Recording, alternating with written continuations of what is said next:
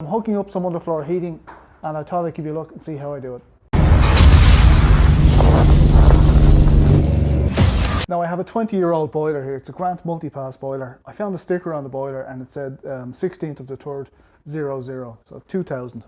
So it's 20 years old. Now I probably have it in my possession, I don't know, maybe 10 of those years, and I just stuck it in a corner of the shed because I did intend to use it. So anyway, I'm 10 years late hooking up all this heating system. Okay, so what I've got is I've got a 300 litre tank, a 300 litre storage tank, hot water storage. It's stainless steel and it's wrapped in, I don't know, some sort of foam. The boiler is 26 kilowatts, you know, about 90,000 BTUs, something like that. I've got 3/4 copper going to it, so I have a flow in 3/4 copper that I bent and put in there on brackets. I have a return, again 3/4, and it's only doing, you know, it's heating a floor area of about, I think it's 18 by about 20 something, 26 or something like that. So anyway, that's what that's going to do. This is the pump for the underfloor heating. There's a blending valve, temperature blending valve, so you know it gets boiler temperature, uses the return temperature to drop that temperature, mixes it, and you know, drops it down to whatever I set it for, probably in the 40s, you know, 43 or 4 or something like that, degrees centigrade. So one of these tanks, the blue one, is on the heating, and the white one is to do with the expansion on this one. Down here we've got a, you know, dual valve. It's a pressure reducing valve and also a blow off. I have another blow off valve on the top. That's a temperature and pressure relief valve. I have to pipe them out yet, so I still have to run, you know, outflows if they do blow, so it doesn't go all over the floor in the shed. I have to pipe them out. What I have to connect up now at the moment is, this is a 2-port valve. I have to put that in there, so that's going to live in there. I also have to put a filling system on this. Now I have to put the spiller loop in. It's got a double check valve on it and another valve, and I'll have another valve on it again. I've got copper multi-layer. I've got PEX pipe in there as well. But I'll give you a look at all of that as I do it. So this is only going to take a few minutes. Here we go. Now I'm just putting some jointing compound on the compression rings. Okay, pop this valve in. Oh yeah, that's the valve in. Now the other side of the valve. So I have a nut, a compression ring that slides over the pipe. So literally like that. And then the nut goes in there, and I want to put some jointing compound on the ring and on the face of the valve. Okay, so that goes in.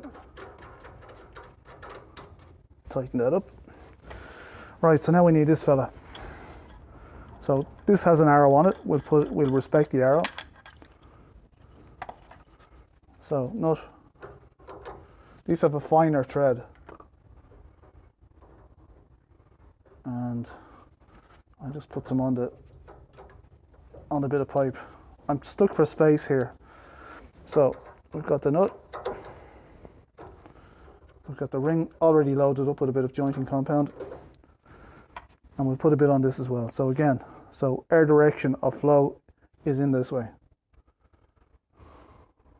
This is the return pipe. Okay, so just popping this on. Now these threads are fairly fine, so I've got to be careful tightening them up. Get that wire out of the way.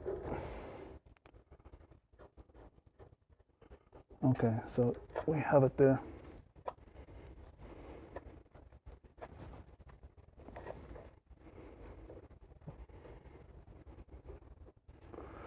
All right, so that's them on. Now I need a piece of pipe to go between these two. As you can see, it's quite tight.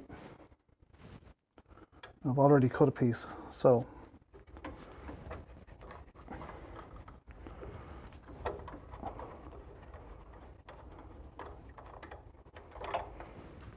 okay, just kind of put some compound on this one.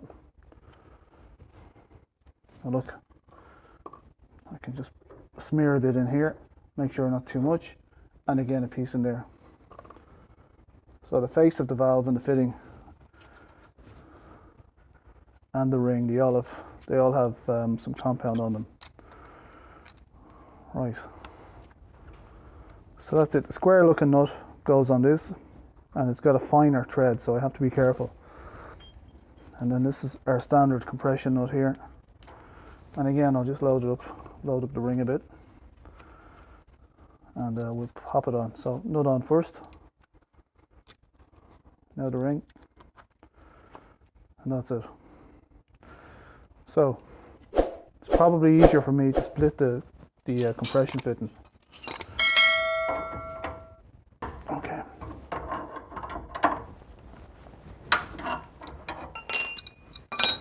That's it. Now if I split these two,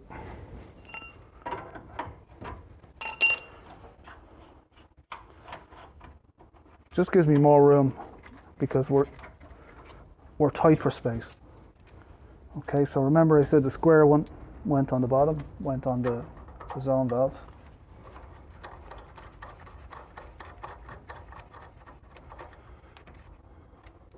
Right, pipe is all the way in.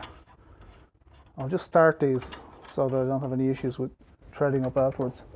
And we'll just pop your man down onto that. That's it.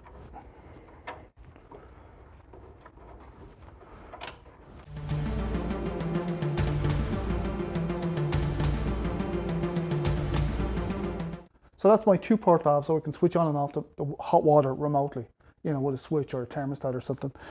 And the valve underneath is so I can restrict the flow going around the system. Okay, so that's that. Now we need to hook up the cold feed. So here we go, let's do that. So to connect into a 16mm multi-layer pipe that already had water in it. So I'm just going to cut the pipe. There'll be a little bit of water in it. I'm not worried about it. It can just dry off on the floor in here. So this is the fitting that I want to put in. It's a multi-layer fitting, and it gets compressed with one of these things. So we're going to set that up now. Now these are fantastic fittings, ideal for underfloor heating, used more and more anyway. But you need a machine, and these are quite expensive to own. So look, we're going to crimp this up. You see it on the other camera now. Literally just spring the jaws over this and pull the trigger.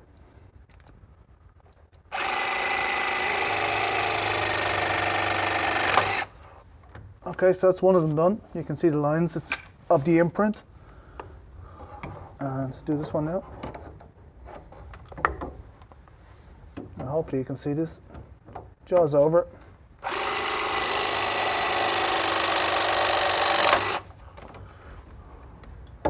That's 2 of them.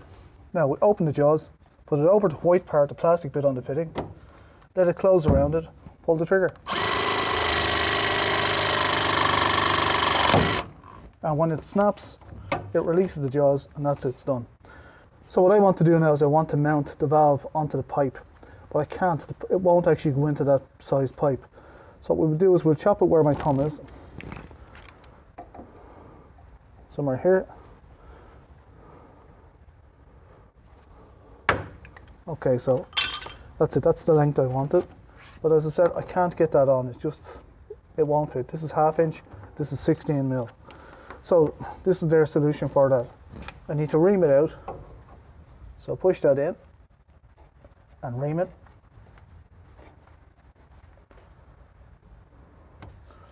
Okay, still a bit of water in this, that's okay. Special nut. There's a split grab ring with serrations on the inside. That slides up over this.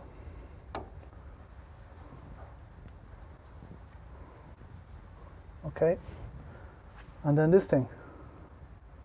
There's a few O-rings on this. 2 on the shaft and 1 on the top. And that just goes in there now. And that's it, that's the adapter. And then this just goes straight on it. There you go, and tighten the nut.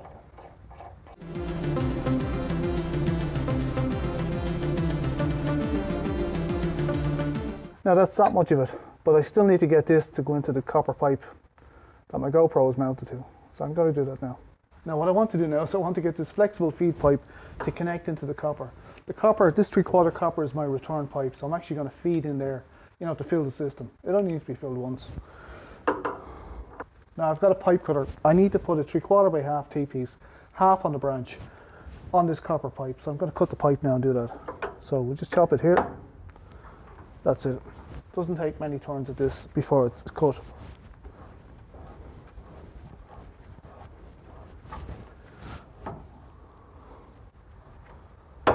Right, so that's it. Now I need to cut a chunk out of it to allow for the T-piece. So there's the T-piece, and I need to cut that bit out in the middle, enough to allow that on. So this off. All right, here we go.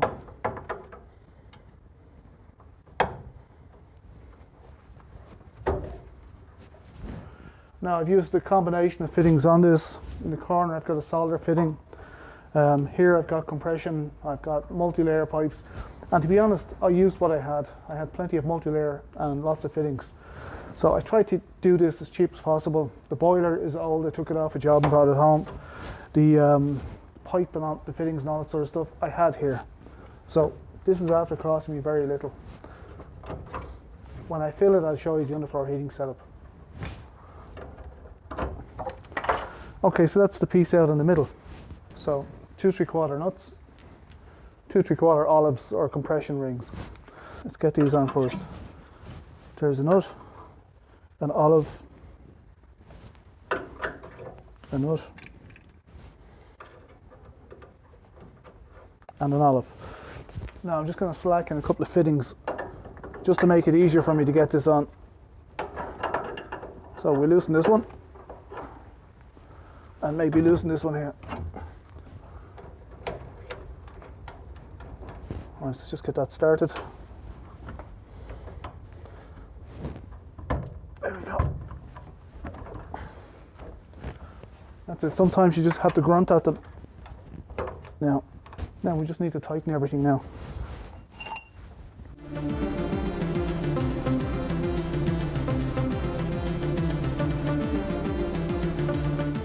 Okay, nearly there.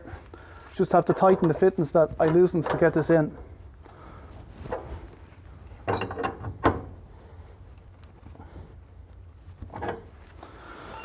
Okay, so that's it now. We just need a piece of 1/2-inch pipe now to go between the two of them.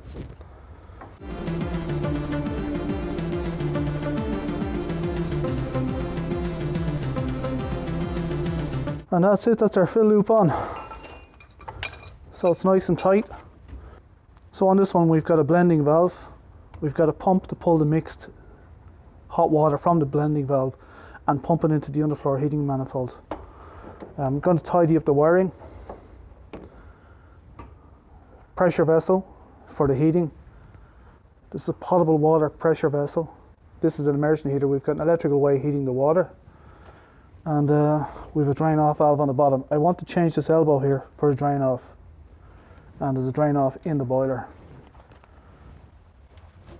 Okay, so that's it for this video. If you like the video, please thumbs up, subscribe down here if you wouldn't mind, and I'll see you all in the next video. Bye for now. Good luck.